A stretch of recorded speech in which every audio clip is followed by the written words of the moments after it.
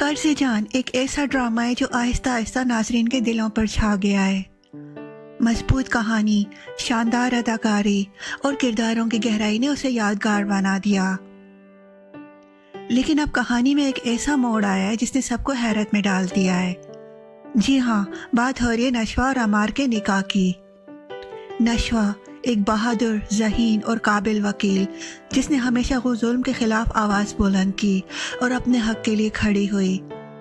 اپنے خاندان کے خلاف جا کر بھی اپنی ماں کے لیے ڈٹی رہی۔ لیکن اب وہی نشوہ اپنی ماں کی خوشی کے لیے خاموشی سے عمار سے نکاح کر لیتی ہے۔ ایسا قدم جس کی کسی کو توقع نہیں تھی۔ ناظرین یہ ٹوئسٹ قبول نہیں کر پا رہے، کیونکہ جس لڑکی کو ایک مضبوط کردار کے طور پر دکھایا گیا وہ اچانک اتنی کمزور اور مجبور کیوں بن گئی؟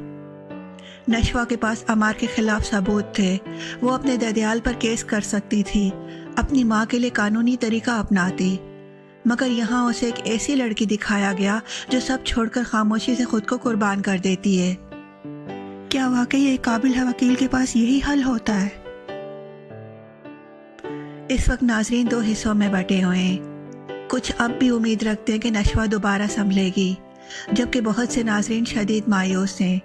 ایک ناظر نے تو یہاں تک کہا نشوہ اور بسمہ جیسی لگنے لگی ہے، جس کے لیے ہم نے یہ ڈرامہ نہیں دیکھنا شروع کیا تھا۔ اور سب سے تکلیف دہ بات، نشوہ نے اپنی ماں کے لیے جو قربانی دی وہی نکاح اس کی ماں کے لیے ہمیشہ کا صدمہ بن گیا۔ نہ وہ خوش ہو سکی، نہ نشوہ کو خوش دیکھ سکی۔ ایک بیٹی جو اپنی ماں کے چہرے پر مسکراہٹ دیکھنا چاہتی تھی اب خود ہمیشہ کے لیے اداس ہو گئی ہے۔ تو سوال یہ ہے، کیا نشوہ دوبارہ وہی مضبوط لڑکی بن پائے گی جو ظلم و ناانصاف کے خلاف کھڑی ہوتی تھی، یا یہ نکاح اس کی کہانی کا کمزور ترین موڑ بنے گا؟ کمنٹس میں اپنی رائے دیں۔ کیا آپ اس فیصلے سے مطمئن ہیں یا آپ بھی حیران اور پریشان ہیں؟